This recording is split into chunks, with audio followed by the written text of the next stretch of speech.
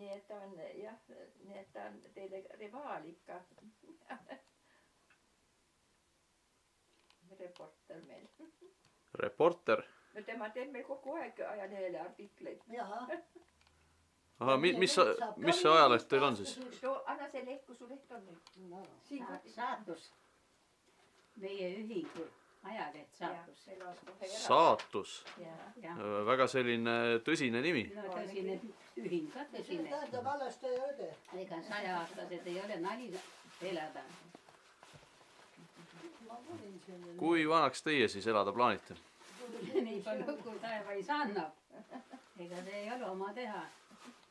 See on alati liit ütleb, tema tahab 100 aastat elada, kui Jumal lubab. Aga ma ütles, ega Jumalal ei ole selle vastu midagi, kui sa 100-aastaseks elad. Oli jutulle.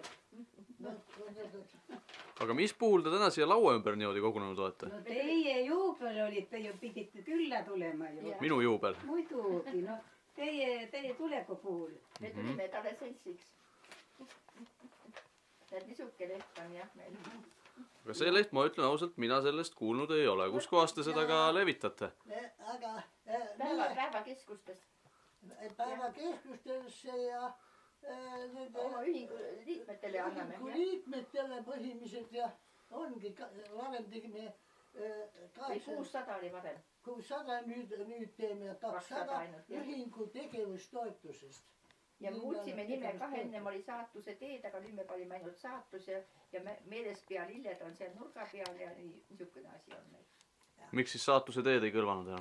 Ei, asi on selles, et ei tahetud seda lehte. Raha ei antud ju. Ja siis hakkasin meie ühingu nimel tegema, kuna ma olen kogu aeg see peatoimetaja olnud, siis muutsime nime ka ära. Tegid ära ja jätsime Saatus siis. Aga sünnipäevalaps ise on ka ikka lehetööga pidevalt hõivatud. No pidevalt, igas lehes on tema artikkel. Jaa, igas lehes on tema artikkel. Ja millest te prouas kirjutate ka? Väga palju aastaid. No igas lehes nüüd küll ei ole. Tema kirjutab... Mõnikord ikka kirjutab mõne asja. Me käime ekskursioonidel suvel ja siis on mõnest koos viibimisest ja siis on tema sokkide Saatusest. Ta teeb väga ilusaid sokke, tal on mödailma kõik laiali, üks paar läks Austraaliasse. Kas need, mis siin ripuvad, võiksid ka olla sellest seeriast? Need lipuvärvis sokid, see meie linna pea ka. Jah. See näitab selle... 14. märtsil oli meil, Ermis oli seal. Ja siis tehti autasustamisi, mina sain ka siis tänukirja ja kingituse. Teised olid kõik ametliku ametiasutuse juhid, aga mina olin üksinda vabatahtlik organisatsiooni juht. Ma sain ka seda. Niisugune tore jah.